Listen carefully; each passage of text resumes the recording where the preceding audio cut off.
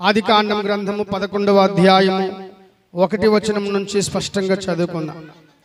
భూమి యందంతటా ఒక్క భాషయు, భూమి యందంతటా ఒక్క పలుకును ఉండెను. చాలనైనా దేవుని స్తోత్రం కలుగును గాక. ఒక్కసారి గత వారపు లేఖన పాఠాన్ని మీ దృష్టిలోకి తెచ్చి ఈనాటి 2వ పాఠంలోనికి మనందరం వెళ్ళిపోదాం. బాగా వినండి. ఈ లోకములో దేని విషయములోనూ లేనంత గందరగోళం, దేని విషయంలోనూ లేనంత అస్పష్టత, ఇక మరి దేని విషయంలోనూ కూడా లేనంత కన్ఫ్యూజన్. ఏంటది? కన్ఫ్యూజన్. ఒకే ఒక్క విషయంలో మానవ జాతికి ఉంది అని గత వారం నేను తెలియజెప్పాను. మీరు కూడా దాన్ని విన్నారు. ఏ విషయంలో కన్ఫ్యూజను? దేవుని విషయంలో కన్ఫ్యూజన్. సూర్యుడు ఎందర్రా బాబు అంటే అదేంటండి, ఒక్కడే సూర్యుడండి. చంద్రుడు ఎందరయ్యా అంటే ఒక్కడే చంద్రుడండి. మరి భూములెన్ని అంటే ఒక్కటే భూమి. మరి మీ జీవితాలెన్ని? నీ జీవితాలు ఎన్ని జీవితాలు అంటే ఒక్కటే జీవితం. నీకు ఎన్ని ప్రాణాలు ఉంటాయి? ఒక్కటే ప్రాణం. దేవునికి స్తోత్రం కలుగును గాక. మీకు ఎంతమంది తండ్రులు ఉంటారు? అదేంటండి అలాంటి అప్రాచ్యమైన మాట్లాడుతున్నారు? ఒక్కడే తండ్రి ఉంటాడు. ఇన్ని విషయాల్లో మానవుడికి he has a full clarity, స్పష్టమైనటువంటి స్పష్టత ఉంది. అన్నీ ఒకటి, ఇది మాత్రమే, అది మాత్రమే, ఇది మాత్రమే అని తెలుసు.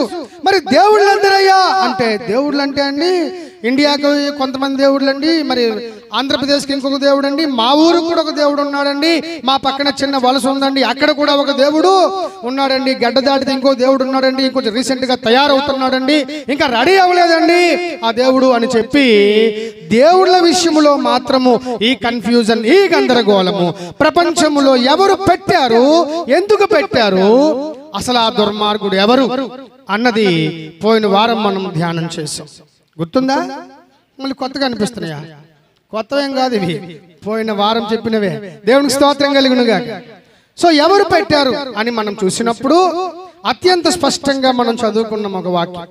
ఆదికాండము 1వ అధ్యాయం దగ్గర నుంచి ఆదికాండము 11వ అధ్యాయం వరకు, సుమారుగా ఆదాము దగ్గర నుంచి నోవహు కాలం వరకు 1656 సంవత్సరాలు, సుమారుగా పోని 1600 సంవత్సరాలు వేసుకోండి, గడిచిపోయింది. ఈ 1600 సంవత్సరాలలో ఒకే ఒక్క దేవుడు, ఒకే ఒక్క భూమి, ఒకే ఒక్క కల్చర్, సంస్కృతి, ఒకే ఒక్క భాష, ఒకే ఒక్క ప్రజ, ఒకే ఒక్క సంస్కృతి, ఒకే ఒక్క వే ఆఫ్ టాకింగ్, అన్ని విషయాలు, ఆచారాలు, ధోరణులు, సంస్కృతులు, పారంపర్యాలు అన్ని కలిపి ఓన్లీ వన్. దేవునికి స్తోత్రం కలుగునుగాక. మరి ఎందుకు సరిగ్గా 11వ అధ్యాయంకి వచ్చినప్పటికల్లా ఒకే భూమి ఉన్నటువంటి, ఒకే దేశం ఉన్నటువంటి, లేదా ఒకే భాష ఉన్నటువంటి ఆ ఏక ప్రాంతం, ఆ ఏక భూమి, ఏక దేవుడు భిన్న విభిన్నములుగా, చిన్న భిన్నములుగా, ముక్కలు చెక్కల కింద ఎలా విడిపోయాడు, ఎందుకు విడిపోయాడు అంటే అక్కడ మనం చూసాం. ఒక భయంకరమైనటువంటి దుర్మార్గుడు, ఒక భయంకరమైనటువంటి క్రూరుడు ఈ భూమి మీద ఉద్భవించడం ఉద్భవించాడు. మనం పోయిన వారం చూసాం. వాడి పేరే నిమ్రోదు. ఎవడండాడు? నిమ్రోదు. నిమ్రోద్ అనేవాడు చాలా మందికి తెలియదు. నిమ్రోద్ అంటే బాబేలు గోపురం కట్టాడండి, అక్కడ భాషలు కూడా తారుమారు అయిపోయండి. నిమ్రోద్ అంటే కొన్ని రాజ్యాలు, భూమి మీద మొట్టమొదటి సామ్రాజ్యాల సంస్థాపన చేసిన వాడు. పట్టణ నాగరికత, దేశ నాగరికత, రాజుల నాగరికత, రాచరిక పరిపాలన, రాజ్యాలు, సామ్రాజ్యాలు సంస్థాపించుట అనేవి చేసిన వాడు నిమ్రోదండి అని మాత్రం చెప్తారు. కానీ అత్యంత గోప్యము, అత్యంత మర్మము అయినటువంటి ఒక విషయాన్ని మాత్రము పాస్టర్లు, బోధకులు, ఇవాంజలిస్టులు, స్వార్థికులు, విశ్వాసులు కూడా ఏక పదం మీద తప్పిపోతూ ఉంటారు. అదేంటంటే నిమ్రోదు పుట్టుక ఒక మర్మము. నిమ్రోదు పుట్టుక ఒక మర్మం. ఆదికాండం గ్రంథము 10వ అధ్యాయం 1 నుండి నేను చదువుతాను చూడు. ఇదిగో ఇది నోవహు కుమారుడగు షేము, హాము, యాపేతు అనువారి వంశావళి. ఎవరి వంశావళి అండి ఇది? నోవహు వంశావళి. నోవహు కుమారుల యొక్క అనగా ముగ్గురు కుమారుల యొక్క వంశావళి. నోవహు కొడుకుల్లో ఒకటి పేరు షేము, ఒకటి పేరు హాము, ఇంకొకటి పేరేమో యాపేతు. ఇప్పుడు జలప్రళయము తరువాత ప్రపంచమంతా అంతరించిపోయిన తరువాత ఓడలో ఉన్నవారు కేవలం 8 మంది మాత్రమే. ఆ 8 మందిలో నోవహు తన భార్య 2, నోవహు యొక్క కొడుకులు 3. ఆ 3కి పెళ్లిళ్ళు చేశాడు. 3 భార్యలు వచ్చారు. సో 3 కొడుకులు మరియు కోడళ్ళు కలిపితే 6, ఈ 2 మొదుళ్ళు కలిపితే 8 మంది. మరి ఈ 8 మంది ద్వారా ఈరోజు ప్రపంచములో ఉన్న 750 కోట్ల మానవ ఉత్పత్తి, మానవ సంతానోత్పత్తి జరిగింది అన్నమాట. దేవునికి స్తోత్రం కలుగునుగాక. ఇప్పుడు ఆ షేము, హాము, యాపేతు అనే వారి వంశావళి ఒక్కసారి మనం పరికిస్తే అంటే పరిశీలిస్తే ఒక అద్భుతమైనటువంటి దివ్య మర్మం, దేవుడు చెబుతున్న మర్మం అక్కడ దాక్కుని ఉంది.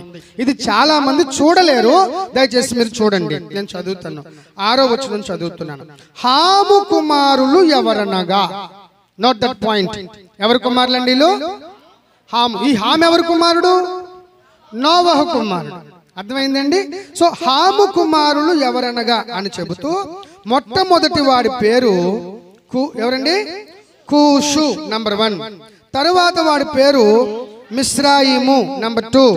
తరువాత వాడి పేరు పూతు, నంబర్ 3. తరువాత వాడి పేరు కనాను. అనువారు అంటే ఎంతమంది వీళ్ళు? 4. ఇప్పుడు హాము కుమారులు ఎంతమంది అండి? 4. ఇప్పుడు ఈ 4 పుట్టిన తర్వాత మళ్ళీ ఈ 4 కూడా పెళ్ళయింది. పెళ్ళైన తర్వాత అందులో పెద్దోడు కూషు. పెద్దోడు. ఇప్పుడు కూషుకు కూడా పుట్టిన పిల్లల్ని ఒకసారి జాగ్రత్తగా గమనించండి అందరూ కూడా. నేను చదువుతాను, మీరు వినండి. 7వ వచనం. కూషు కుమారులు ఎవరనగా, ఎవరి కూషు ఎవరు? హాము కుమారుడు. అలా గుర్తుంచుకోండి బాగా. హాము కుమారుడు. హాము కుమారుడైన హాము పెద్ద కుమారుడైన కూషుకు కూడా పెళ్ళయింది. ఈ కూషుకు పిల్లలు పుట్టారు. ఇప్పుడు కూషు పిల్లలు చూద్దాము. కూషు యొక్క కుమారులు, కొడుకులు ఎవరనగా, మొదటి వాడి పేరు షభా, నంబర్ 1. రెండవ వాడి పేరు హవీలా, నంబర్ 2. ఇక 3వ వాడి పేరు సప్తా, నంబర్ 3. ఇక 4వ వాడి పేరు రాయమా, నంబర్ 4. ఇక 5వ వాడి పేరు సప్తాకా. ఎవరండి? సప్తాక. అయిపోయారు. అనువారు అని ఫుల్ స్టాప్ కూడా పెట్టేశాడు అక్కడ. సప్తాక అనువారు అని ఉంది. ఫుల్ స్టాప్ ఉందా లేదా అక్కడ? ఫుల్ స్టాప్ అయిపోయిందంటే అర్థం ఏంటంటే అంతటితో ఆ వాక్యం అయిపోయింది. అంతేకాదు అంతటితో ఎవరి కోసం చెప్తున్నామో వారి కోసం చెప్పవలసిన కార్యము కూడా అయిపోయింది. It has been stopped. అయిపోయిందని అర్థం. అలా అయిపోయినటువంటి దానిని షాకింగ్ వచనం ఒకటి మనకి ఇంకొకటి బయలుపడుతుంది. 8వ వచనం దగ్గరికి వస్తే అక్కడ ఏముందంటే, కూషు నిమ్రోదును కనెను. దేవునికి స్తోత్రం కలుగును గాక. అదే కూషు 5 పిల్లల్ని కన్నాడు కదా, ఆ పిల్లల పక్కనే కూషు తాలూకా నిమ్రోదు కొడుకును కూడా, ఆ కొడుకు పేరు కూడా చేర్చొచ్చు కదా. చేరిస్తే వచ్చే నష్టం ఏంటి? ఒక్క విషయాన్ని 2 వచనాలలో టైం దండగా, ప్లేసు దండగా, ఎనర్జీ దండగా, ఇవన్నీ దండగ చేసుకుని దేవుడు 8వ వచనంలో కూషు నిమ్రోదును కనెను అని ఎందుకు చెప్తున్నాడు అంటే, కూషు తాలూకా మానవ సంబంధమైన జన్యువులతో పుట్టిన 5 పిల్లల్లాంటి పిల్లోడు ఈ నిమ్రోదు కాడు. దేవునికి స్తోత్రం కలుగును గాక. దేవుడు ఏదైనా ఒక మర్మము చెప్పాల్సి వస్తే ఆయన మాట్లాడే భాష, రాసే విధానం ఇలాగుంటది. గమనించండి, ఎప్పుడైనా ఇలాగుంటది. ఇదేంటి ప్రభు ప్రత్యేకించి చెప్తున్నావు అంటే దాని అర్థం వీడి కోసం నువ్వు కూడా ప్రత్యేకించి ఆలోచన చేయరా అని అర్థం అన్నమాట. ప్రత్యేకించి స్టడీ చేయి. ఎందుకంటే కూషుకు పుట్టిన నిమ్రోదు మానవ జన్యువులకు పుట్టినవాడు కాడు. అమ్మో, ఇదేంటండి? మానవ జన్యువులకి మానవ క్రోమోజోమ్స్ కదా పుట్టాలి పిల్లలు అంటే అలా పుట్టలేదు. ఎందుకు పుట్టలేదో, వాడు ఎలా పుట్టాడో, వాడు ఒక దేవదూతలై ఉండి, లేకపోతే లూసిఫర్ గాడికి మానవ జాతిలో మరి వాడు చూస్తే లూసిఫర్ ఒక ఆత్మస్వరూపి, వాడు ఒక మానవ సంతానమును ఎలా కనడానికి ఎన్ని పాసిబిలిటీస్, సాధ్యతలు ఉన్నాయో నేను గత వీడియోస్లో చెప్పాను. నిమ్రోదు ఎవరు, అసలు నెఫీలులు ఎవరు అన్న వీడియోలో అత్యంత స్పష్టంగా చెప్పాను. మరి దానికోసం ఈ టైంలో మరి సమయాన్ని వృధా చేసుకోవడం కంటే మీకు నిజంగా ఇంట్రెస్ట్ ఉంటే ఆ వీడియో చూడండి. దేవునికి స్తోత్రం కలుగునుగాక. సో ఇప్పటికి మనము కూలంకషంగా వెళ్ళిపోదాం నేరుగా. సో ఆ కూషు కలిగినటువంటి నిమ్రోదు మామూలు వాడు కాదు. వాడు ఎవడు అంటే డైరెక్ట్ గా చెప్తున్నాను, వాడు సాతాను యొక్క కొడుకు. ఎవడండి? లూసిఫర్ యొక్క కొడుకు. సో ఇప్పుడు లూసిఫర్ గారి కొడుకు ఏం చెప్తున్నాడంటే, రండి మనందరము కూడా ఆకాశమునంటే పట్టణము కట్టుకుందాం. బాబేలు గోపురం అంటే చాలా మంది జస్ట్ ఇటుకలతో కట్టబడిన, మరి జలప్రళయం నుంచి తరువాత దేవుడు జలప్రళయం పంపిస్తే ఇంకెన్నడూ మునిగిపోకుండా కట్టుకున్న ఒక ఎత్తైన ప్రాంతం మాత్రమే అని అనుకుంటున్న పాస్టర్లు పెద్ద బురదలో కాలేసినట్టే, పెద్ద పప్పులో కాలేసినట్టే, తప్పులో కాలేసినట్టే. అక్కడ కేవలం ఇటుకలతో కూడుకున్నటువంటి బాబేలు గోపురం మాత్రమే కట్టబడలేదు. ఆకాశమునంటే గోపురము కట్టుకుందాం రండి అన్నాడు. అసలు ఆకాశం అంటే గోపురం కట్టుకోవాల్సిన పరిస్థితి వీళ్ళకి ఎందుకు వచ్చింది అంటే, మొన్నే చెప్పాను, అసలు బాబేలు గోపురం కట్టడానికి ముందుగా జలప్రళయం వచ్చింది. ఏమొచ్చిందండి? జలప్రళయం వచ్చింది. ఆ జలప్రళయంలో దేవుని యొక్క ఉద్దేశం ఏంటి? జలప్రళయం ఎందుకు రప్పించాడయ్యా అంటే, భూమి మీద అధర్మ వివాహ వ్యవస్థలు ఎక్కువైపోయాయి. అధర్మము, ధర్మము కాని, న్యాయము కాని ధర్మ విరోధమైన వివాహాలు ఎక్కువైపోయినాయి. మామూలు వివాహాలు కాదు, మనుషులతో మనుషులు పెళ్లిళ్ళు చేసుకుంటే అది అధర్మం కానే అర్థం. పోనీ దేవదూతలతో ఒకవేళ దేవదూతలే పెళ్లి చేసుకుంటే చెప్తున్నాను, అది కూడా అధర్మము కానే అర్థం. కానీ ఇక్కడ భయంకరం హైబ్రిడైజేషన్, సంకర జాతి. ఏంటండి సంకర జాతి అంటాం కదా, వాళ్ళు మనుషులు కాదు, పూర్తి దేవదూతలు కాదు. దేవదూతలు వచ్చి అంటే దేవుని కుమారులు, నరుల కుమార్తెలు చక్కని వారిని చూచి ఆ దేవుని కుమారులు ఏం చేశారంటే, వారికి నచ్చిన మనస్సుకు వచ్చినటువంటి స్త్రీలను ఏం చేసుకున్నారు? అసలు పరలోకంలో దేవదూతలకు పెళ్లిళ్ళు పెట్టుకునే వివాహ వ్యవస్థ ఉందా? పెళ్లిళ్ళు చేసుకోండి, వివాహం అన్ని విషయముల్లో ఘనమైనది అనే ఒక నిబంధన దేవుడు ఆ లోకంలో దేవదూతలతో చేసినాడా, మనతో చేశాడా? మానవులమైన మనతో చేశాడు. కాబట్టి ఆ దుర్మార్గులు మానవులలో ఉండేటువంటి వివాహ వ్యవస్థను భయంకరంగా పాడు చేయటానికి ఆ దేవకుమారులు అనబడిన వారు భూమి మీదకి వచ్చి దేవుని యొక్క కుమారులు మానవుల యొక్క, నరుల యొక్క కుమార్తెలతో, అందమైన ఆడపడుచులతో పోయినప్పుడు వారికి పుట్టిన పిల్లలే, వారికి పుట్టినటువంటి హైబ్రిడ్ జాతి పేరే నెఫీలులు. ఎవరండి? ఇప్పుడు మీకు చెప్తున్నాను, మీకు పోయిన వారం కూడా చెప్పాను, మా దేవుడు ఇలా ఒంటి చేతితో కొండెత్తుకొని వెళ్ళిపోతాడు. ఒక నెఫీలుడు కెన్ బి నెఫీలుడు. మా దేవుడు ఒంటి చేతితో తాటి చెట్టు లాగేస్తాడు, తాటి చెట్టు ఒక్కడే ఇలా పైకెత్తేస్తాడు. నెఫీలుడు ఒక్కడే మొత్తం బండికున్న ఆహారం అంతా ఒక్కడే తినేస్తాడు. ఎవరు? నెఫీలులు. వీరి పేరే రాక్షసులు. ఎవరండి? రాక్షసులు అని మన పూర్వగాథల్లో, మన ఇండియన్ మిథాలజీస్ లో చదువుకున్న రాక్షసులు ఎవరో కాదండి. 100% అవకాశం ఉంది, దారి ఉంది, చెప్పుకోవడానికి వెసులుబాటు ఉన్న ఏకైక మార్గం ఇదే. అప్పటి ఉన్నత దేహులు, చూడ్డానికి భయంకరమైన వికృత రూపం ధరించినటువంటి వారు. దేవుని స్తోత్రం కలుగునుగా. కొంతమంది పాస్టర్లు ఏం చెప్తారంటే, అబ్బెబ్బెబ్బే కాదండి, దేవుని కుమారులు అంటే షేతు సంతానము, మరి నరుల కుమార్తెలు అంటే కయీను సంతానం అండి. కయీను దుర్మార్గుడు కాబట్టి ఒక వంశం వారు చెడిపోతూ వచ్చారు, షేతు మంచోడు కాబట్టి ఇంకొక వంశం వారు బాగుపడుతూ వచ్చారు. దాని అర్థం అదండి అని చెప్తారు. తప్పు. ఎందుకు తప్పో చెప్తాను చూడండి. ఒకవేళ పోనీ వాళ్ళు చెప్పినట్టే ఒక 5 నిమిషాలు ఒప్పుకుందాం. షేతు సంతానము, షేతు మనిషా కాదా? మనిషి. కయీను మనిషా కాదా? మనిషి. పోనీ ఎంతకు దుర్మార్గుడు కయీను దుర్మార్గుడైనా, ఎంతకి తమ్ముడిని చంపేసిన ఆ కయీను తాలూకా ఆడపిల్లలు, అలాగే షేతు తాలూకా మగపిల్లలు పెళ్లిళ్ళు చేసుకున్నారే అనుకుందాం. 2 మానవ జాతులు పెళ్లిళ్ళు చేసుకుంటే ఎంత దుర్మార్గుడైనా కూడా ఏమండి 20 అడుగులు మనిషి, ఏమండి 20 అడుగులు కాళ్ళు, 60 అడుగుల చేతులు కలిగిన వికృత రూపాలు, వింత రూపాలు కలిగిన పిల్లలు పుడతారు. వాళ్ళకి పుడతారండి. మరి షేతు సంతానము మనుషులై ఉంటే, కయీను సంతానం మనుషులై ఉన్నప్పుడు, ఆ ఇద్దరు మనుషులు వారు సెక్స్ జరిగించినప్పుడు వారికి నెఫీలు ఎక్కడి నుంచి పుట్టుకొచ్చారు. కాబట్టి పాస్టర్లు చేస్తున్నది పనికి మాలిన వాదన, వాక్యము ఒప్పుకోని వాదన. అర్థమైందా? దేవునికి స్తోత్రం కలుగునుగాక. కాబట్టి ఈ నెఫీలులు మానవ జీన్స్ కు లేదా మానవ జన్యువులకు పుట్టిన వారు కాదు. ఒక అధర్మ వ్యవస్థ నోవాహు కాలంలో జరిగింది. ఆ అధర్మాన్ని పూర్తిగా రూపుమాపడానికే దేవుడు ఏర్పాటు చేసుకున్న వ్యవస్థ పేరు నిజమైన వివాహము. అందుకే వివాహము అన్ని విషయములలో అంత ఘనమైన వ్యవస్థను ఈ దుర్మార్గులు దేవుని కుమారులు అని పిలువబడుతున్న వారి యొక్క ప్రధానత్వమును నిలుపుకొనలేని ఆ దేవదూతలు చేసిన వ్యభిచారం. ఏంటండి? వ్యభిచారం. దానిని బట్టి దేవుడు నోవహు కాలములో ఉన్నటువంటి నాసికారంధ్రములో ఊపిరి కలిగిన ప్రతి వాణిని, ప్రతి దానిని జలప్రళయములో రూపుమాపాలనుకున్నాడు.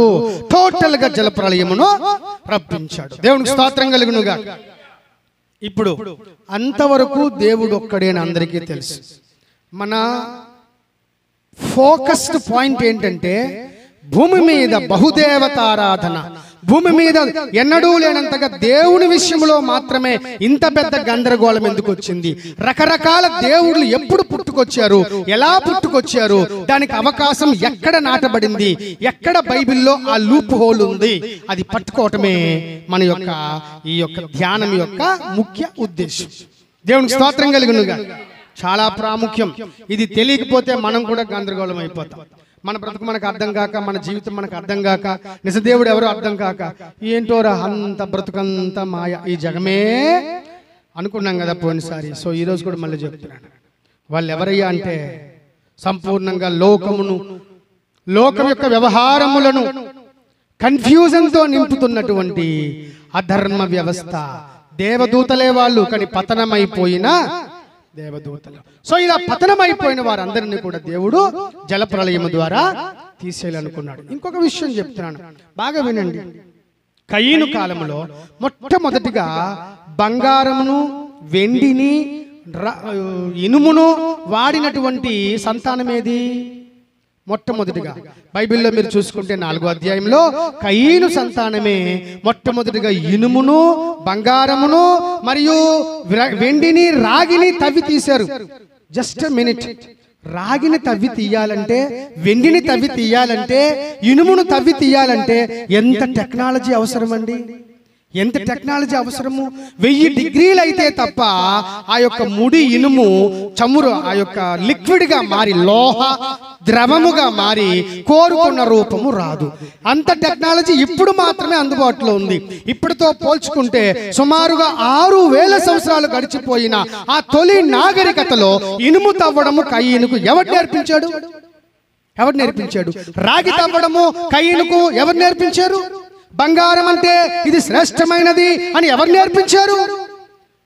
ఆలోచించండి. ఇదొకటి. మరొక విషయం కూడా చెప్తున్నాను, చాలా బాగా ఆలోచించండి.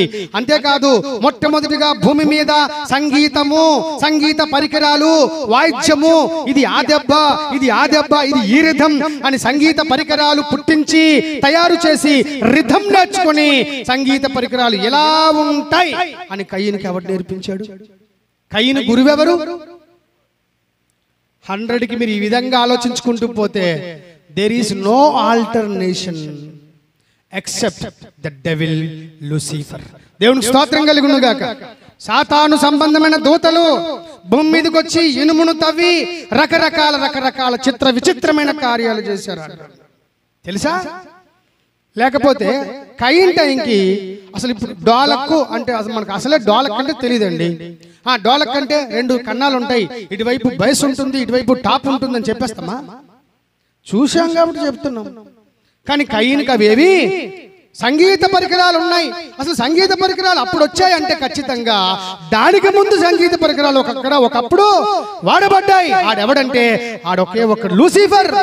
వాడి రాగాలతో, వాడి స్వరాలతో, వాడి డీజేలతో మంచి కుర్రోళ్ళందరినీ కూడా, మంచి అమ్మాయిలు కూడా ఉర్రూతలోగించేసి బట్టలు చింపుకొని వెర్రోలైపోయినట్టుగా వ్యభిచారపు పాటలకు డ్యాన్సులు వేస్తూ గెంతి గెంతి తాగి తాగి తాగి తాగి వావి వరుస బట్ట నీడ అది అక్క చెల్లి పిల్ల లేకుండా చెడిపోండ్రా అని చేస్తుంది. ఆడే కదా ఈరోజు, ఆడి కోసం బైబిల్లో ఒక ఇంట్రెస్టింగ్ స్టేట్మెంట్ ఉంది. లూసిఫరు, నీవు నియమించబడిన నాడు నీకు పిల్లనే గ్రోవి వాయించువారును రకరకాల వాయిద్య పరికరాలు, వీణ విపంచిక రకరకాల వాయిద్య పరికరాలు వాయించువారు నీకు సిద్ధమైరి. అబ్బా, సంగీతంలో వాడు దిట్ట. ఏ విధంగా పాడితే, ఏ విధంగా చేస్తే ఇతరులు చాలా తేలికగా పడిపోతారో వాడికి తెలుసు. దేవునికి స్తోత్రం కలుగును గాక. తెలుసు, నియమించింది వాడికి ఆ పనిలో దేవుడే. కానీ దానిని వీడు దేనికి వాడుకున్నాడయ్యా అంటే కామోద్రేకానికి, కామతత్తులైపోవటానికి, రెచ్చగొట్టి రెచ్చగొట్టి రెచ్చగొట్టి వదిలేసి ఆఖరికి బతుకంతా అయిపోయింది. అలా చవురా అని వదిలేసి వెళ్ళిపోయిన పాటలు అన్నీ కూడా.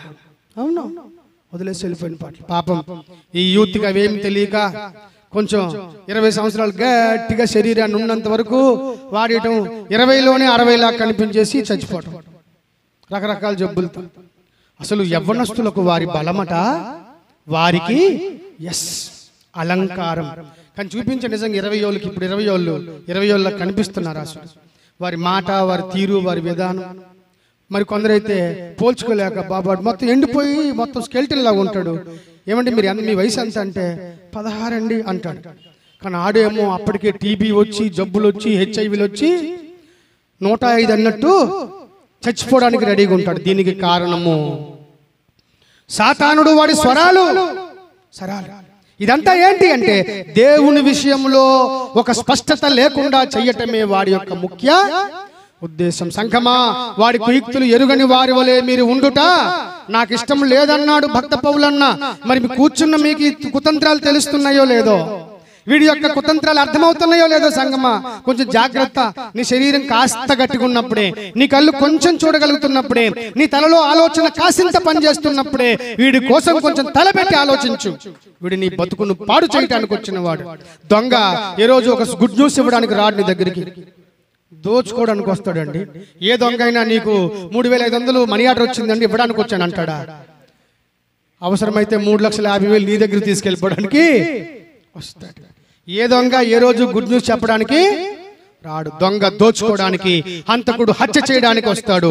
సాతానుడు కూడా ఈ భూలోకానికి హత్య చెయ్యాలనుకున్నాడు, అనుకుంటూనే ఉన్నాడు. వాడి పాటల చేత, వాడి మాటల చేత, వాడి రిధం చేత, వాడి లయ చేత, వాడి జ్ఞానము చేత, వాడి యొక్క అనేకమైన మర్మముల చేత మనుషుల బుర్రలను పిచ్చెక్కించేస్తున్నాడు. ఏకంగా వేలం వెర్రి చేయించేస్తున్నాడు. ఇది తెలియట్లేదు, గందరగోళం చేస్తున్నాడు. ఏం దేవుడురా, ఒక అరగంట మనం ఆ రికార్డింగ్ డాన్స్కి వెళ్తే ఉంటది, ఒక్కసారి వచ్చి చూడరా, ఇక ఏ డాన్స్ లో వదలవురా, నెక్స్ట్ సాంగ్ అంటూ నువ్వు వెళ్ళిపోతావురా అని చెప్తాడు. వీడు నిజంగానే వెళ్తాడు. అలాగే అన్నట్టు అంటాడు, ఒక్క పాటకి ఎంత మజా వస్తుంది, నెక్స్ట్ సాంగ్ వేసుకో అంటే ఇంకా అబ్బో అసలు ఆగనే. వాడి మొత్తం ట్రిలియన్స్ కణాలన్నీ కదిలిపోతుంటాయి. He will be in the peak level. ఆడు ఎంజాయ్మెంట్ చేస్తుంటాడు.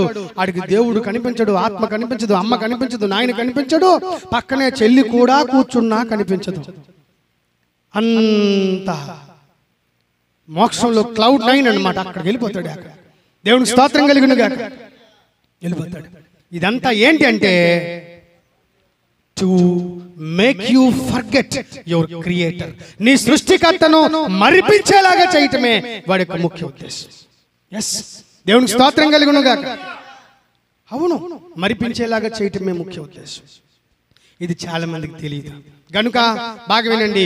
ఈ దుర్మార్గుడు, ఈ నిమ్రోదు ఏం చెప్తున్నాడంటే వారందరికీ, రండి మన పితరులను, మన అమ్మను, మన నాన్నలను చంపిన దేవుని మీద కక్ష తీర్చుకుందాం అన్నట్టు బయలుదేరి వారందరికీ కూడా విషమును నాటాడు వారి యొక్క హృదయాల్లో. ఎవరి హృదయాల్లో? అప్పటికి ఒకే భాష, ఒకే చోటు, ఒకే దేవుడు అని జనాలు ఉన్నారే, వారి దగ్గర నాటాడు. అంతే, అప్పటికున్న ప్రపంచమంతా మెల్లమెల్లగా విషతుల్యమైపోవటం ప్రారంభించింది. సో అందరూ కూడా విషంతో నిండిపోయారు. అప్పుడు మనందరము ఒక్క దగ్గరే ఉండునట్లు. ఎక్కడ? అసలు చాలా మందికి తెలియదు, ప్రపంచ సామ్రాజ్యం స్థాపించాలనుకున్న ఆశకు అక్కడ పడ్డాయి విత్తనాలు. ప్రపంచ సామ్రాజ్యం స్థాపించాలి, మనందరం ఇక్కడే ఉండిపోవాలి, ఎక్కడికి వెళ్ళకూడదు, ప్రపంచ సామ్రాజ్యం అంతా ఒక దగ్గర ఉంటే నాకు ఈజీ. దేవునికి స్తోత్రం కలుగునుగా. ఎవరికి నాకు ఈజీ అంటే సాతానుడికి. సాతానుడికి ఒక చాలా బిగ్గెస్ట్ మైనస్ పాయింట్ ఉంది. అది విశ్వాసకి అర్థమైతే వాడు మైనస్ పాయింట్ తో హ్యాపీగా ఆడుకోవచ్చు. మీరు అదేంటో చెప్తాను వినండి. దేవుడు ఆమ్ని ప్రెజెంట్ అంటే he can be everywhere in the same time. ఒకే ఏకకాల సమయంలో అనేక చోట్ల ఒకేసారి ఉండగలడు. కానీ ఈ శక్తి, ఈ యుక్తి, ఈ బలము సాతానుడికి లేదు. దేవునికి స్తోత్రం కలుగునుగా. అందుకే వాడు దుష్ట సామ్రాజ్యాన్ని, అంటే వాడి పైశాచిక దెయ్యాల సామ్రాజ్యాన్ని ఏం చేస్తాడంటే, నువ్వు ఆ వీధి తీసుకో, నువ్వు ఈ వీధి తీసుకో, నువ్వు ఆ వెనక తీసుకో, నువ్వు మనమున్న వీధి తీసుకో, నువ్వు ఇంకెవరైనా పక్కన డాబా ఇల్లు ఉంటే ఆ వీధి అంతా నువ్వు తీసుకో అని చెప్పి వీధులను, వాడలను, కొంతమంది దుర్మార్గులను, కొంచెం ఎక్స్ట్రా దుర్మార్గులను, అంతకంటే దుర్మార్గులను, ఈ దుర్మార్గులందరికీ లీడర్ దుర్మార్గులు ఉంటారు కదా, ఆ దుర్మార్గుల్ని ఒక్కొక్క డెవిల్ కి సాతానుడు అప్పగిస్తాడు. ఇది తెలుసుకోండి. దేవునికి స్తోత్రం కలుగును గాక. తెలుసుకుని రోజు వారి మధ్య అసూయ, ద్వేషం, ఈర్ష్య, కుళ్ళు, కపటం, అసూయ, ద్వేషం, ఈర్ష్య, కుళ్ళు, కపటం. దేవుడు లేడు, దేవుడు లేడు, నువ్వే దేవుడివి, నీ కాళ్ళే దేవుడు, నీ చేతులే దేవుడు, నీ చదివే దేవుడు, నీ ఉద్యోగమే దేవుడు అని చెప్పి మొత్తానికి దేవుడు లేని ఒక పరిస్థితిని క్రియేట్ చేయడమే సాతానుడి యొక్క ముఖ్య ఉద్దేశం. దేవునికి స్తోత్రం కలుగును గాక. వాడి ప్లాన్ నీకు అర్థమైతే నీ బతుకు చెడిపోయే అవకాశం లేదు. వాడు ఒక్క చోట ఒక్క సమయంలో ఒక్క దగ్గరే ఉండగలడు. ఇక్కడ ఉంటూ అమెరికాలో వాడు ఉండలేడు, వాడికి అది చేత కాదు. అమెరికా దెయ్యాలు మళ్ళీ వేరుగా ఉంటాయి, అక్కడ దెయ్యాలు వేరుగా ఉంటాయి. ఒక్కొక్క ప్రాంతానికి ఒక స్పిరిట్ ఉంటుంది. మీకు చెప్పాను కదా, కొన్ని వీధుల పేర్లు చెప్తే కొన్ని గుర్తొస్తుంటాయి. ఉదాహరణకు సొదొమ గొమొర్రా అని నన్ను అనుకో, మీకు ఏం గుర్తు రావాలా? వ్యభిచారం గుర్తు రావాలి. అదే వ్యభిచారం. అక్కడ ఇంతోడి దగ్గర నుంచి పూర్తిగా నెరిసిపోయినోడు వరకు అందరూ కామతప్తులే. So if we mention the name of Sodom and Gomorrah, ఆ రెండు పేర్లు మెన్షన్ చేయగానే ఏం గుర్తొస్తుందంటే వ్యభిచారం. అలాగే కొన్ని వీధుల్లో వాడు తిష్టేసుకొని కూర్చొని కొంతమంది యవ్వనస్తుల్ని, కొంతమంది ఆడపిల్లల్ని పట్టుకొని వాళ్ళని రకరకాల వ్యభిచార కూపములోనికి, అంధకార కూపంలోనికి నెడుతూ ఉండడమే, తల్లిదండ్రులకు అవిధేయులు చేయడమే, ఊర్లో అనేకమైనటువంటి రచ్చ, రభస, తగువులు, కయ్యాలు పుట్టించడమే వాడి పని. అందుకే కొన్ని ప్రాంతాలు చూడండి, ఆ ప్రాంతాల్లో అక్కడే కొట్టుకుంటారు, మళ్ళీ వాళ్ళు వేరే వీధికి వెళ్ళి కొట్టుకోరు. చూసారు? అక్కడ భయం, ఈ వీధి మన వీధి కాదురా, వద్దొద్దు, మనకెందుకు ఈ బాధ, మన ఇదిలో కొట్టుకుందాం, నువ్వు మా వీధి రారా చూసుకుందాం అంటాడు. మరి ఇక్కడ చూసుకోవచ్చు కంటే వద్దొద్దు, ఎందుకంటే ఇక్కడ మీ దెయ్యాలు ఉంటాయి, అక్కడ మా దెయ్యాలు ఉంటాయి. వాస్తవం అండి ఇది. దేవునికి స్తోత్రం కలుగును గాక. అందుకే కొన్ని చోట్లకు నువ్వు వెళ్ళేటప్పుడు, క్రైస్తవుడు నేను నీకు చెప్తున్నాను సంగమా, గుర్తుంచుకో, కొన్ని చోట్ల కొన్ని రకములైన దురాత్మలు పనిచేస్తుంటాయి. అప్పుడు నువ్వు చేయాలనుకున్న కొన్ని దేవుని పని కానీ, మంచి వార్త కానీ, మంచి ఎవరినైనా జీవితంలో బాగు చేయడానికి, మెంట్ చేయడానికి వెళ్తే అక్కడ అవ్వవి. ఎందుకంటే వాడు రాంగ్ ప్లేస్ లో ఉన్నాడు. వాడిని అందుకే అప్పుడు నువ్వేం చేయాలంటే చాలా తెలివిగా, ఇది నాకు ఎదురైన అనుభవం, ఒక దెయ్యాన్ని కంప్లీట్ గా వెళ్ళగొట్టాను. వెళ్ళగొట్టిన తర్వాత మేము వెళ్ళిపోయిన తర్వాత మళ్ళీ అది దాని ఇంట్లో పెడితే హ్యాపీగా మళ్ళీ వచ్చేస్తుంది ఆ దెయ్యం. ఇప్పుడు వెంటనే నాకు పరిశుద్ధాత్ముడు చెప్పాడు, బాబు నువ్వు దెయ్యాన్ని వెళ్ళగొట్టావు, కానీ దెయ్యాలున్న చోట్లోనే మళ్ళీ ఆ వ్యక్తినే ఉంచుతున్నావు అన్నాడు. వెంటనే షాక్ అయింది. అవును కదా ప్రభు అనుకొని అప్పుడు ఏం చేశానంటే, ఆ దెయ్యం వదిలేసిన వ్యక్తిని తీసుకెళ్లి ఒక విశ్వాస ఇంట్లో పెట్టాను నేను. దేవుడికి స్తోత్రం కలుగునుగా. అంతే, హ్యాపీగా ఏడవడం మొదలెట్టు. అమ్మో ఎందుకు ఈ రక్తం అంతా కారిపోతుంది, ఆవిడే చేసుకుంది, అంతా రక్తం అంతా కారిపోతుంది, ఏంటి ఈవెంట్ తెగిపోయింది అని చెప్పి బాధపడుతుంది. దెయ్యం వదిలేసి వెళ్ళిపోయింది. నాకు అర్థమైంది, సాతానుడు ఒక ట్రిప్ కి ఒక్క దగ్గరే ఉండగలడు, తర్వాత ఇంకెక్కడ ఆడు ఉండలేడు.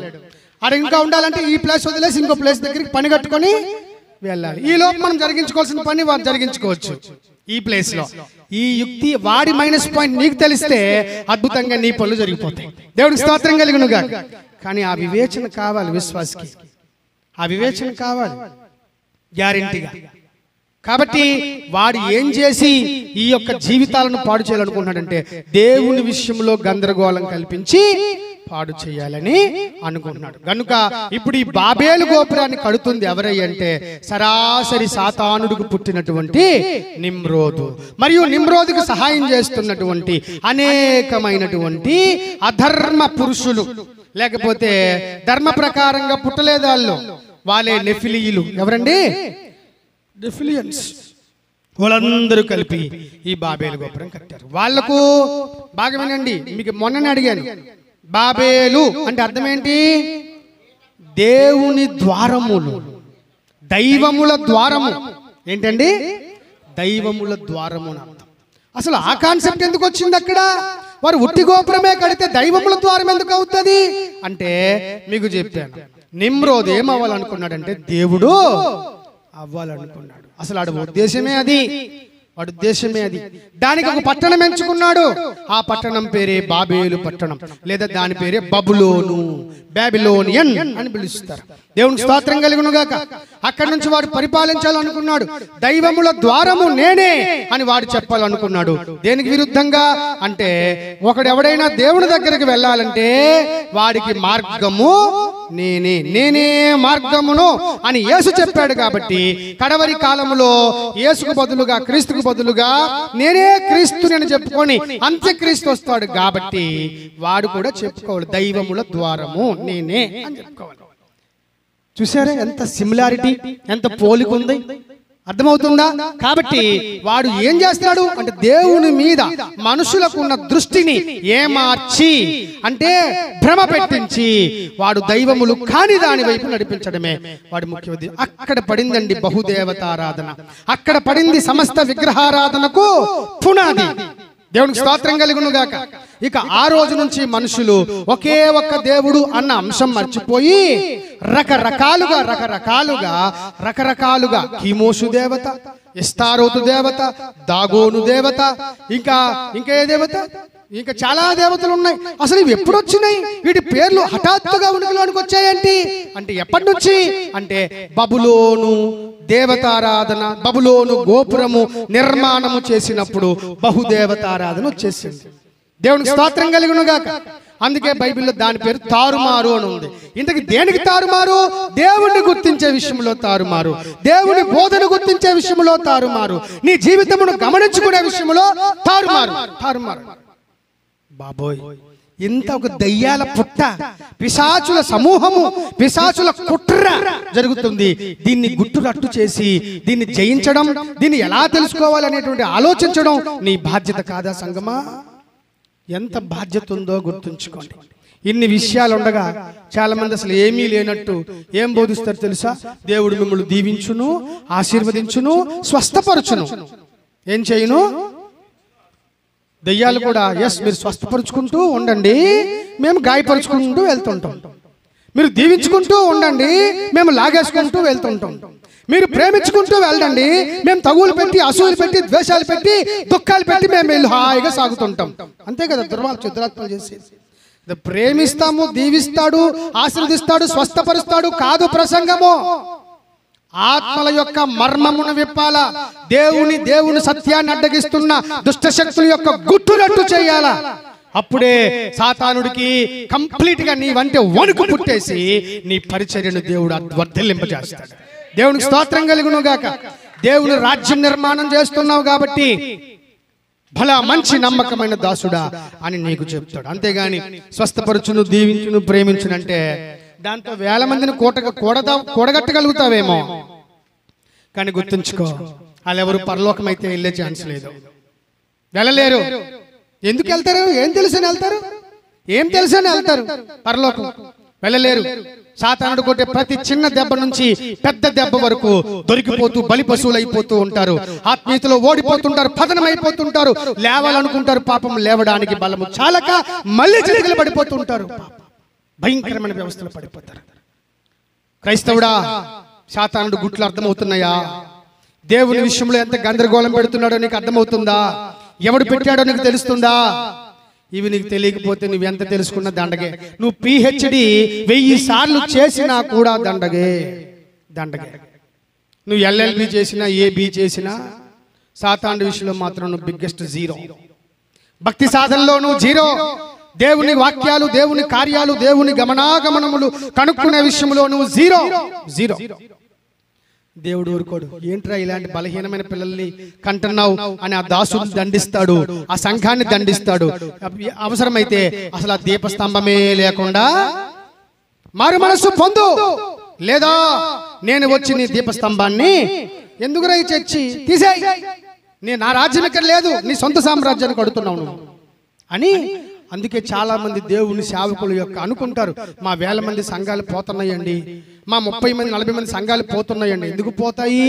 నీ దిక్కుమాలిన ప్రసంగాలకు పోతాయి, బలం లేని ప్రసంగాలకు పోతాయి. చక్కని ఆత్మీయ కూడు పెట్టురా బాబంటే నువ్వేదో కుళ్ళిపోయి మాసిపోయినటువంటి ఎంగిలి కూడు పెడుతున్నావే, అందుకు పోతాయి సంఘాలు, అందుకు పోతాయి. ఇది దేవుని యొక్క నియమమే.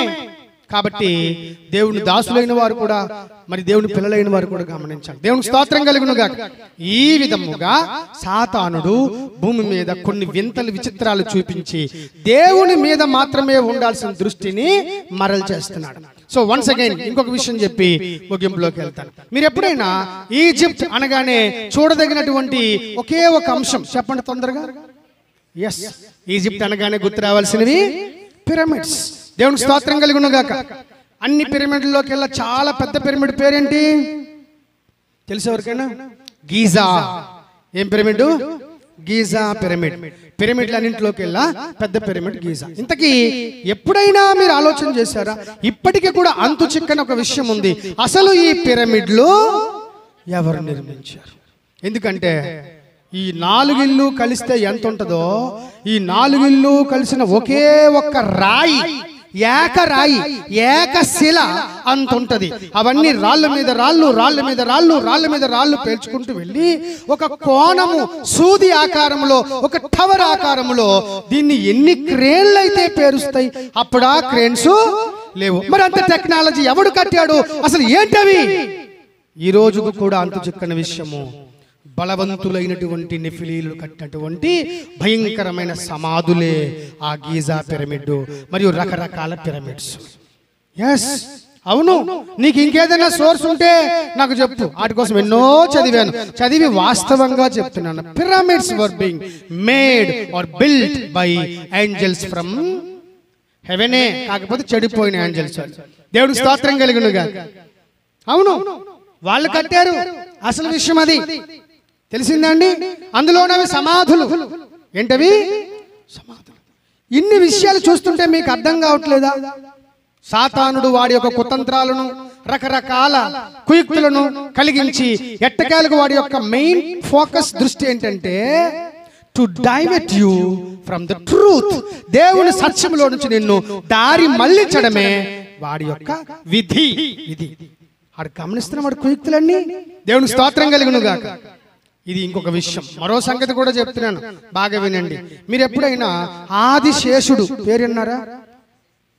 వినలేదా? అసలు ఆదిశేషుడు అంటే ఎవరు? శేషుడు అంటే ఏంటి? పోనీ ఇంతకి పాము అండి. ఏంటది? మళ్ళీ సహస్రశేషుడు, 1000 తలలు ఉంటాయట వాడికి. ఎన్ని తలలు? 1000 తలలు. అసలు ఆదిశేషుడు ఏంటి? దీనికి బైబిల్ గ్రంథంలో నేను బాగా చదివినప్పుడు ఒక అద్భుతమైన సరిగ్గా అమరిపోయినటువంటి వచనం ఉంది బైబిల్లో. దేవుని స్తోత్రం కలుగునుగాక. 1000 పడగలు కలిగిన వాడు ఈడట ఏం చేస్తున్నాడట? కొంతమందిని అడిగితే ఆదిశేషుడు మన భూమిని మోస్తున్నాడు నాయన, ఈ భుజము నుంచి ఈ భుజానికి భూమిని మోస్తున్నాడట. ఏంటి కాన్సెప్ట్ అసలు అంటే బాగా గమనించండి. 20వ అధ్యాయము ప్రకటన గ్రంథము. అమ్మా చదవండి, మొదటి నుండి చదివేయండి. మరియు పెద్ద సంఖ్యలను చేత పట్టుకొని అగాధం యొక్క తాళపు చెవి కలిగిన ఒక దేవదూత పరలోకం నుండి దిగి రావడం నేను చూశాను. అతడు ఆది సర్పమును అనగా అపవాదియు సాతానును అను ఆ ఘట సర్పము. దేవునికి స్తోత్రం కలుగునుగా. ఆది సర్పము. ఏ సర్పము? అసలు ఎందుకు ఆది అని, ఆది శేషుడు అని వాళ్ళు అన్నారు. మొత్తానికి ఆది ఆది కలుస్తున్నాయి. 1000 తలలు అని వాళ్ళు అన్నారు, ఇక్కడ 1000 సంవత్సరాల బంధితుడు వాక్యం కూడా చెప్తుంది. దేవునికి స్తోత్రం కలుగును గాక. వాడు 1000 సంవత్సరాలు భూమిని మోస్తాడట, అలా రాయించుకున్నాడు. కానీ వాస్తవానికి ఆ 1000 సంవత్సరాలు వీడు జైల్లో ఉంటాడని బైబిల్ చెప్తుంది. దేవునికి స్తోత్రం కలుగును గాక. రివర్స్ చేసి చెప్పి రాయించుకొని జనాలను మోసం చేసి సత్యదైవం మీద నుంచి దృష్టి మళ్లిస్తున్నాడు ఈ దుష్టుడు. ఆది సర్పము, వాడి పేరే ఆదిశేషుడు. ఆదిశేషుడు అనంతశేషుడట. ఎవరండి? అనంతశేషుడు. అనంతమేముంది, ఇక్కడ అంతమైపోతున్నాడు కదా, ఇక్కడ అంతమైపోయాడు కదా.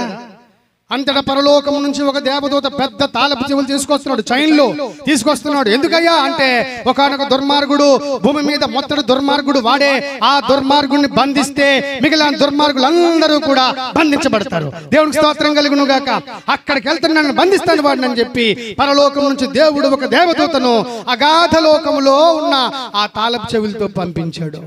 So God has a full power. దేవునికి స్తోత్రం కలిగిన గాక. సర్వాధికారం కలిగిన దేవుడు అండి. ఆడికి ఒక టైం ఉంది. ఆడిప్పుడు బంధించబడి లేడు, వదిలబడి ఉన్నాడు. అర్థమవుతుందా? ఆడు బంధించబడిన చోటు ఎప్పుడో తెలుసా, టైం ఎప్పుడో తెలుసా? 1000 ఏండ్ల కాలములో, 1000 ఏండ్ల సంవత్సర కాలములో వాడు బంధించబడతాడు. ఆ కాలములో ఒక్క సారా కొట్టు గాని, ఒక వేశ్య గృహం గాని, ఒక్క దుర్మార్గుడు గాని, ఒక్క వ్యభిచారి గాని, ఒక్క దొంగ గాని, ఒక్క సినిమా థియేటర్ గాని, ఒక్క అన్యాయస్తుడు గాని, ఒక్క దోపిడీగాడు గాని భూమి మీద ఉండడు. దేవునికి స్తోత్రం కలిగిన గాక. ఎస్, ఈవెన్ హాస్పిటల్ కూడా ఉండవు, ఎందుకంటే రోగులు ఉండరు కాబట్టి. అలాంటి ఒక దివ్య లోకాన్ని చూడాలని మీకు ఆశ ఉందా? ఉందా లేదా? ఉంది, ఉండాలి, ఉండాలి. ఆ దివ్య మహిమ లోకాన్ని స్థాపించడానికే, అది ఈ భూమి మీదనే స్థాపించడానికి రాజాది రాజు, సర్వ న్యాయాధిపతి, ఆ రాజుల కాలములో దేవుడే ఒక రాజ్యమును స్థాపించును. 1000 ఏండ్ల రాజ్యకాలం భూమి మీదన యేసు రాబోతున్నాడు రాజ్యం చేయడానికి. దాన్ని పాడుకుంటూ ఉంటాం కదా, 1000 ఏండ్లు ఇలపై యేసు రాజ్యమేలునో. ఎన్ని సంవత్సరాలు? 1000 ఏండ్లు ఇలపై యేసు రాజ్యమేలునో. ఈ లోక రాజ్యములన్నీ ఆయన వేయగును, ఈ లోక రాజ్యములన్నీ ఆయన వేయగును. నీతి శాంతి వార్ధిల్లును, నీతి శాంతి వార్ధిల్లును. న్యాయమే ఇక కనపడును, న్యాయమే ఇక కనపడును. యేసు ఆమేన్. సింగ్, పాడండి. లోకమంతా తెలుసుకుంటాడు యేసు.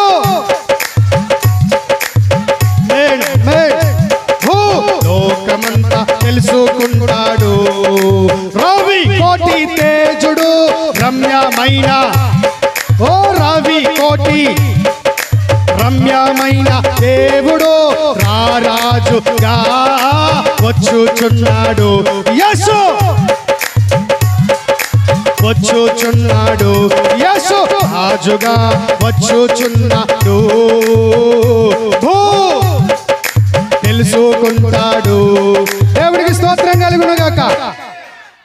మన యేసు రారాజండి. భూలోకమంతా ఆయనకు కావాలి. ఊరి దేవుడట, మా ఇంటి దేవుడట, నా ఇష్ట దేవుడట. దాంతో ఆయనకు ఒకవేళ నీకు ఇష్టదేవుడు ఉంటే ఉండొచ్చు. ఏమండి, ఎంఆర్ఓ కలెక్టర్కి లోబడాలా లేదా? మావోడు ఎంఆర్ఓ అంటే నువ్వు 1000 సార్లు చెప్పినాడు కలెక్టర్ లోబడాల్సిందే కదా. ఎవరికి లోబడకుండా ఉంటే అప్పుడు చెప్పు మీ వాడు గొప్పోడే. ఎవరికి లోబడిన వాడు దేవుడు ఒక్కడే. అందరూ ఆయనకి లోబడాలి. ఈ లోక దేవతలన్నీ ఆయన ముందు నమస్కారం చేయాలి. ఇందులో పాడుగా, దేవుళ్ళకే దేవుడవయ్యా, దేవదూతలు నీ రాజ్యమునకు లోబడును, వాటికంటే నువ్వు గొప్పవాడు. అది నిజంగా నా హృదయం దాకా నిజంగా కదా. దేవదూతలు నమస్కారం దేవా అని చెప్తాయి. నీకు మీ పక్కింటోడే కనీసం వందనాలే చెప్పడు. మీ పక్కింటోడా ఆడికి మనమేట్రా వందనాలు. దేవుడికి స్తోత్రం కలుగును గాక. ప్రతి నాలుక యేసు దేవుడని ఒప్పుకోవాలి. Every knee shall bow down in the name of Jesus. యేసు దేవుడని ప్రతి నాలుక ఒప్పుకోవాలి. ప్రతి మోకాల్లో వంగిపోవాలి. నువ్వు ఎవడివి ఏపాటోడు లొంగకపోవడానికి. నేను లోబడినండి అంటే మా పార్టీ తెలుసా? మీ ఏ పార్టీ అంటే ఎదురా బాబు, నువ్వు లోబడాల్సిందే. యేసు పార్టీకి మాత్రం అందరూ లోబడాల్సిందే. దానికి ఈవీఎం మిషన్లు అక్కర్లేదు, బ్యాలెట్ పేపర్లు అక్కర్లేదు, అసలు ఈసీ ఎన్నికల కమిషన్ అవసరమే లేదు. అంతే. వార్ వన్ సైడ్ అంటారు కదా, ఆ రోజు ఒక సైడ్ వార్ వన్ సైడ్. నిజమే, వార్ వన్ సైడే. ఆ వన్ సైడ్ ఎవరో కాదు, ప్రభు అయినా యేసు. యుద్ధం చేసేవాడు, నామినేషన్కి వెళ్ళేవాడు ఉన్నాడు. అన్ని నువ్వే చూసుకో ప్రభు, మాకు ఏం వద్దు అని అందరూ లొంగిపోయే రోజు నా యేసు భూమి మీదకి రానున్న రారాజు రోజు. దేవునికి స్తోత్రం కలుగునుగా. వాస్తవం ఇది అందరూ తెలుసు. ఇది తెలిసిపోద్దేమోనని ఈ భూసోడు, ఈ రాక్షసుడు, ఈ దుర్మార్గుడు, ఈ యొక్క దుష్ట సామ్రాజ్య పరిపాలకుడు, అంధకార చీకటి దుర్మార్గాల మూట సత్యదేవుని తెలుసుకోకుండా కళ్ళు గప్పుతున్నాడండి. అది తెలియజెప్పడానికే ఈ పాఠం ఎత్తుకున్నాడు దేవుడు. వీడి కోసం అంతా తవ్వు. అయితే ఒకటి గుర్తుంచుకో, వీడిని కెలగడం ప్రారంభించావు కాబట్టి షూర్ అన్నిని కెలగడం ప్రారంభిస్తాడు. అది వాస్తవం. దేవునికి స్తోత్రం కలుగునుగా. ఎలా పడవో చూస్తానా కానీ కొడతాడు. నీవు ఎక్కడ వీక్ ఆడికి తెలుసు బాగా, జాగ్రత్త. నేను నిజమే చెప్తున్నాను. ఒకరోజు ఇదే ప్రసంగం చర్చిలో చేసి అంతే, వన్ డే గడిచింది, సండే అంతే. సోమవారం నాడు సురేష్ బాబు పెద్ద యాక్సిడెంట్ అయిపోయింది. చెప్పాను కూడా, సురేష్ మరి విశ్వాసులారా జాగ్రత్త, రేపు మీకు ఏదైనా అవ్వచ్చు అన్నాను. అదేంటి రేపు ఏదైనా అవ్వచ్చు అని పాస్టర్ గారు అనేసారండి. అందరూ అనుకున్నారు తేలిగ్గా, కానీ నిజంగానే ఆ రేపు అనేది వచ్చింది. 100% పెద్ద ప్రమాదం నుంచి ఆ తమ్ముడు తప్పించబడ్డాడు. దేవునికి స్తోత్రం కలుగునుగా. వాడికి తెలుసు నీ వీక్ పాయింట్ ఎక్కడో, నేను ఎక్కడ కొట్టాలో. నిన్ను చంపాలనుకుంటుంటాడండి వాడు. నీ బిడ్డలు చంపాలని రోగాలు పంపిస్తుంటాడు. నువ్వు కృంగిపోవాలని అనేక అనుమానాలు, రకరకాల పిచ్చి చేష్టలు అన్నీ మీ ఇంట్లోకి రప్పిస్తుంటాడు. అందుకే ఆయా ఆత్మలు దైవ సంబంధమైనవో ఎప్పుడు స్పిరిట్లో అలర్ట్గా ఉండాలి, అప్రమత్తంగా ఉండాలి. మీ విరోధి అయిన సాతానుడు ఎవరిని మిరింగుదునా అని 1 గంటకు వచ్చుచున్నాడు అంటే బాగున్నావు. కరెక్ట్గా 1 గంటకు అందరూ అలర్ట్ అయిపోతుంది. కానీ అలాగని రాసిలేదు అక్కడ. ఎవరిని మిరింగుదునా అని ఎప్పుడు వస్తాడో, మరి ఆడు ఎప్పుడు వస్తాడో తెలియనప్పుడు నువ్వేమవ్వాలి, అమ్మో ఎప్పుడు వస్తాడో. కాబట్టి నువ్వు కూడా పరిశుద్ధాత్మని 1 గంటకు రాప్రభు అనడానికి లేదు. పెంతెకోస్తు రాప్రభు అనడానికి లేదు. సరే శీతాకాలమే రాప్రభు అనడానికి లేదు. నువ్వు కూడా ఏం చేయాలంటే అతను ఎప్పుడు వస్తాడో తెలియదట, నువ్వు కూడా నాతోనే ఉండు ప్రభువా అని చెప్పాలి. దేవునికి స్తోత్రం కలుగునుగా. పరిశుద్ధాత్ముడు అందుకే సదాకాలం మీతో ఉండటానికి, నేను మీ యొద్ద ఉండుటకు, ఎల్లప్పుడూ ఉండుటకు నా ఆదరణకర్తను నేను. తెలివి తక్కువ పాస్టర్లు పరిశుద్ధాత్మ రావడానికి కూడా ఒక టైం పెట్టేశారు. ఎంత తెలివి తక్కువ అండి. అరవద్దు అలాగ ఆరాధన చేయకు, దురాత్ముడు అంటారు. ఎంత తెలివి తక్కువ సిద్ధాంతమో. నేను నిన్ననే అనుకుంటా, నమ్మిన వారి వలన, నేను చెప్పాను అలాగన్నాడే కానీ, హెబ్రోను వారి వలన ఈ సూచక్రియలు కనిపించును, సెవెంత్ డే వారి వలన ఈ సూచక్రియలు కనిపించును, లోదరన్ వారి ద్వారా ఈ సూచక్రియలు కనిపించును, బ్యాప్టిస్ట్ ద్వారా ఈ సూచక్రియలు కనిపించును, రోమన్ కాథలిక్స్ వారి ద్వారా ఈ సూచక్రియలు కనిపించును అన్నాడా? నమ్మిన వారు అంటే ఎవరాళ్ళు? ఎవరైనా అవ్వచ్చు. అందరి ద్వారా కూడా సూచక్రియలు కనిపించాల్సిందే. నీ సొంత డినామినేషన్ యొక్క బుట్ట తట్ట నువ్వు సర్దాల్సిందే. మేము హెబ్రోనోలు అండి, పరిశుద్ధాత్మ నమ్మండి. నోరు మూసుకో. నువ్వెవడివి డినామినేషన్ పెట్టుకోవడానికి? వాక్యం ఏం చెప్తుందో అది చెయ్యి. నేను పెంతెకోస్తున్నాను, నువ్వెవడివి? నువ్వు కూడా నోరు పోయి. ఖచ్చితంగా వాక్యం నెరవేరాలి. నీ డినామినేషన్ సిద్ధాంతమే చావాలి. ఎస్, దేవునికి స్తోత్రం కలుగునుగాక. డినామినేషన్ పెట్టుకుంది నువ్వు మీ తాత పెట్టుకుంటే పెట్టుకోండి. వాక్యం పేరు మీద వాక్యాన్ని అడ్డగించి నీ డినామినేషన్ పెట్టుకోండి. నువ్వు ఎవడవరా అని అడుగుతున్నాను నేను. అని ఒరే అంటాను నేను. అంతే. ఎందుకంటే వాక్యం మీద ఆడికి గౌరవం లేకపోతే ఆడి గౌరవం మాకెందుకు? నన్ను ఘనపరిచిన వారిని నన్ను రోజు పక్కలెళ్ళి పొడిసేస్తుంటే నేను కనపరుస్తానా? కష్టం కదా. దేవా నిన్ను ద్వేషించుచున్న వారిని, yes, that's my duty. దేవునికి స్తోత్రం కలుగునుగాక. వాక్యాన్ని కలిపి చెరుపుతున్న వాళ్ళు మీరు కూడా పట్టుకొని, ఎవడరా నువ్వు వాక్యం కలిపి చెరుపుతున్నావు అడగాల. అంతే, అడగాలి. కాబట్టి నమ్మిన వారి వల్ల కనిపించాల్సిన సూచనలేంటి? నా నామమున మీరు దయ్యములు వెళ్ళగొడతారు, నా నామమున అన్య భాషలో మాట్లాడతారు, నా నామమున మీరు హానికరమైంది ఏది త్రాగినది మీకేం చేయదు. దేవునికి స్తోత్రం కలుగునుగాక.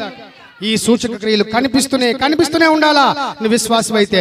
ఎవడరా చెప్పాడు 1 గంటకు మొదటి శతాబ్దంలో ఆత్మ ఆగిపోయింది అంటే? మరి నమ్మిన వారి వల్ల ఈ సూచక క్రియలు కనిపించాలని ప్రభు చెప్పాడు. చెప్పిన దేవుని మాట మేము నమ్మాలా? నీ సిద్ధాంతం నమ్మాలా? పనికిమాలిన సిద్ధాంతం? దేవుని వాక్యం నమ్మాలా. మీకు కూడా చెప్తున్నాను, ఎవడైనా ఆత్మ అయిపోయింది, మొదటి శతాబ్దంలో గడిచిపోయింది, 1 గంటతో లాస్ట్ కృపావరాలు అయిపోయి అన్ని భాషలు మాట్లాడకూడదు, దెయ్యాలు వచ్చినట్టు నోరు మూసుకో అని చెప్పండి. వాడికి నీకు వాక్యం తెలియదురా, నోరు మూసుకో అని చెప్పండి. ఈ మాటతో చెప్పండి, చూపించండి. ఇది నమ్మిన వారి వలన ఈ సూచక్రియలు కనిపించును అన్నాడు కదా. నమ్మిన వారి వలన అంటే యేసును నమ్ముతూ ఉండడం అనే పని కొనసాగుతూ ఉన్న ప్రక్రియనా, ఎప్పుడో నమ్మేసి ముగించిపోయిన ప్రక్రియనా? మరి యేసును నమ్ముకోవటం అంటూ జరుగుతూ ఉంటే మరి ఖచ్చితంగా యేసును నమ్ముకుంటూ ఉన్న వారికి ఈ సూచక్రియలు కూడా జరుగుతూ ఉండాలా వద్దా? మరి బుర్రలేని కాపర్లకు అర్థం కావద్దా? సింపుల్ లాజిక్ మిస్ అయిపోతున్నారు. కాబట్టి ఇవన్నీ అంటే ఇవి కూడా సాతానుడి యొక్క ట్రిక్కులే. సత్యదేవుని మీద దృష్టి మరల్చడానికి దుర్మార్గ పాస్టర్లని సాతానుడు లేవనెత్తుతాడు. అవి ఏంటో ఎలాంటివో తెలియాలంటే కొంచెం సత్యవంతుడికి ఇబ్బంది అవుద్ది. రాళ్ళు, రప్పలు, దెబ్బలు, తుఫాన్లు, గాయాలు, దుర్భాషలు ఆడే వాళ్ళు ఉంటారు, ఖచ్చితంగా ఉంటారు. ఎందుకంటే చిన్నపిల్లలు కాస్త పెద్దోళ్ళు కూడా రాళ్ళు రప్పలు ఇచ్చుకొని కాసిన చెట్టునే బాతుంటారు. కానీ ఏ కాయని గొడ్రాండ్రైన చెట్టుని ఎవ్వడు ఒక చిన్న రాయి కూడా దాని మీద వేయడు. అది ఫ్రెష్గా ఉంటుంది. దేవునికి స్తోత్రం కలుగునుగా. ఎవరితో కలవనోడు, ఎవరితో అంటునోడు, ముంటునోడు, అమ్మో మా ఇల్లు మాదే, మా ఆవిడ మాదే, మా పిల్లలు మావోలి, ఇది మా ద్వారం అని తలుపులు వేసుకొని ప్రార్థన చేసుకున్నాడు. ప్రభువా అని దీర్ఘంగా ప్రార్థన చేస్తుంటాడు. ఎవడికి కావాలి పెద్ద పెద్ద లాంగ్వేజ్లు? ఎవరిని నువ్వు అంగీకరించకపోతే, ఎవరికి నువ్వు సువార్త చెప్పకపోతే నీ దగ్గర ఎంత పరిశుద్ధత ఉన్నది? ఎవడికి లాభము లేని నీ ప్రార్థనలు ఎందుకు? అవసరం పడ. మేల్కోండి, wake up in the word of God. దేవుని వాక్య విషయంలో మేల్కోండి. దేవుని యొక్క సైనికులుగా బతకండి. సైనికుడు ఎప్పుడు కూడా కొనుక్కొని ఉండడు. సైనికుడు ఎప్పుడు అలా కొనుక్కున్నాడు. సైన్యంలో పెట్టడాన్ని నువ్వు ఇంటికి వెళ్ళి పడుకోరా, నీ డ్యూటీ ఇంట్లోనే అని చెప్పి పంపించేస్తారు. నువ్వు సైనికుడు అయితే శత్రువు యొక్క రాకడ 2-3 కిలోమీటర్ల దూరంలోనే పసిగట్టాలా, కనిపెట్టాలా. శత్రువు ఏదో వస్తున్నట్టున్నాడు, రెడీ అయిపోవాలి. నువ్వు నీ విరోధి అయిన సాతాను శత్రువు ఎక్కడి నుంచి ఎట్నుంచి కొట్టాలనుకున్నా 3 రోజులు ముందే నీకు తెలిసిపోవాలి. అది దేవునికి స్తోత్రం కలుగును గాక. ఎలా తెలిసిపోద్ది? దేవుని అంతర్గర్భములో, దేవుని గర్భగుడిలో, పరిశుద్ధాత్మ వర్షములో అది నీకు సాధ్యమవుద్ది. అంతేగాని ఊరి మీద తిరిగితే సాధ్యం కాదు. అది దేవునికి స్తోత్రం కలుగును గాక. వాక్యం ధ్యానిస్తే 3 రోజుల ముందే దేవుడు తన యొక్క రాబోయే కుతంత్రం నీకు చెప్పే జాగ్రత్త. 3 రోజుల తర్వాత సాతాను నీకేదో చేయబోతున్నాడు, అలర్ట్, అప్రమత్తంగా ఉండు. నీ ప్రభు చెప్పేస్తాడు. 3 రోజుల ముందే నువ్వు సర్దుకుంటావు, బలవంతుడు అయిపోతావు, ఆ పెద్ద ప్రమాదం తప్పించుకుంటావు. విజయగర్వంతో నువ్వుంటావు, సిగ్గుముఖంతో తలదించుకొని నీ దగ్గర నుంచి పారిపోతాడు. దేవునికి స్తోత్రం కలుగును గాక. మీ విరోధి అయిన సాతానును గర్జించండి, పారితోలండి, అప్పుడు వాడు మీ యొద్ద నుంచి పారిపోవును. మీరు దేవునికి నిజంగా లోబడంటే అపవాది పారిపోతాడండి. సాతానుని యొక్క తొందరగానే వాడిని మీరు కాళ్ళ క్రింద శీఘ్రముగా తొక్కివేస్తారు. ఎలాగండి సాధ్యము? ఇంత ఎక్స్పీరియన్స్ కలిగిన మీ కాళ్ళ కింద మన కాళ్ళ కింద తొక్కేస్తామా? ఆడు నీకు సమస్య గట్టి కొడితే ఎంత గట్టి కొట్టినా నీకు 100 సంవత్సరాలు రావు. 100 వరకు ఎవడు ఉండలేడు కూడా. 100 సంవత్సరాల ఎక్స్పీరియన్స్ కూడా లేదు. ఆడు భూమికి పునాదులు వెయ్యని దగ్గర నుంచి, భూమి అనే మీ గ్రహము భూమి మీద లేనప్పటి నుంచి వాడు అన్ని లోకాలలో పరిపాలనలు, అన్ని దూతలలో మంచి చెడ్డలు, సకల వర్తకము, సకల వ్యాపారము, దేవుడు సంకల్పములు సర్వము ఎరిగినటువంటి జ్ఞానవంతుడు. దానియేలు కంటే నీవు జ్ఞానవంతుడవు, నీకు మర్మమైనది ఏమియో అని దేవుని చేత పొగడబడినటువంటి వాడు. అలాంటి బలవంతుడిని పట్టుకొని ప్రయత్నం చేసి పోరాటం చేస్తున్నప్పుడు మీకు ఎంత బలమైన ఆయుధం కావాలండి? తురు ప్రార్థనలు ఎందుకండి? వేస్ట్ అండి. కొందరు బస్ టైం అయిపోతుందండి, బస్ టైంకి ఎక్కువ అయిపోతుందని తల వంచి వేసిన నడుచున్నాం తిని పారిపోతారు. ఇంతకు ఏం అడిగా వేసినామట? అలాగే లేదండి, బస్ టైం అయిపోతుంది, వేసినా వెళ్ళిపోతారు. పోనీ ఒక్కరోజు పోనీ ఇప్పుడు టైం లేదులే, ఇంతకుముందు చేసుకున్నాడులే అంటానికి అంతకుముందు ఆడి ప్రార్థన అంతే. అంతకుముందు ఎంత కొడుద్దామన్నా గొర్రెతోక అంత ప్రార్థన. మరి అంత తక్కువ ప్రార్థన చేసినోడు ఇంత గొప్ప ఎక్కువ శక్తిని ఎలా ఎదిరిస్తాడు? వాడి భార్యని, వాడి బిడ్డల్ని, వాడి కుటుంబాన్ని ఊడ్చుకెళ్ళిపోవాలనుకున్న కీడు, ఊడ్చుకెళ్ళిపోవాలన్న రోగము యేసు నామములో వీడు ఎలా ఎదిరిస్తాడు? ఇంత ప్రార్థన లేకపోతే. సంగమా, అందుకే జూన్ జూలై మాసాలు ప్రార్థనా దినాలుగా ప్రతిష్ఠించుకున్నాం. గట్టిగా ప్రార్థన చేయండి, గట్టిగా ప్రార్థన. ఇంకొక దిక్కు లేదు చెప్తున్నాను. ప్లీజ్ మండండి, సాతాను కుతంత్రాలు తెలుసుకోండి. అర్థమైందండి? సో దేవుని చిత్తమైతే వాడి కుతంత్రాలన్నీ కూడా ఈ మిగిలిన భాగము 17, 18, 19 ప్రకటన గ్రంథంలో వ్రాయబడి ఉన్న సత్యాల్లో దాగి ఉంది. ఈ బబులోను పట్టణం యొక్క కుతంత్రాలు, వాడి మర్మాలు, వాడి సమస్తం కూడా అక్కడ విప్పుకుందాము. ఇంకా చాలా చాలా చాలా చాలా మర్మాలు ఉన్నాయి అక్కడ. ఒక 10 తలలు, 10 కిరీటములు, 10 కొమ్ముల్లో 10 కిరీటములు, 7 తలలు మరియు ఎర్రని ఘట సర్పము, దాని నోటంబడి కక్కుతున్న దుర్మార్గపు దూషణ మాటలు, రకరకాల లింకులు వీడికి ఉన్నాయి. వీడేంటో, వీడి లింకులు ఏంటో, అసలు వీడి కథ ఏంటో, వీడి భాగవతం ఏంటో వచ్చే ఆదివారం ఇప్పేద్దాం. దయచేసి అందరూ కూడా మెలకువగా ఉండండి. 17, 18, 19 ప్రకటన గ్రంథ అధ్యాయాలు చదువుకుంటండి. వీడి కోసం పూర్తిగా తెలుసుకొని బబులోను యొక్క చరిత్ర గుర్తురట్టు చేసి మన దేవుని గొప్పతనమును ఘనంగా చాటుదాం. దేవుడట్టి కృప మనందరికీ దయచేయునుగాక. ఆమేన్.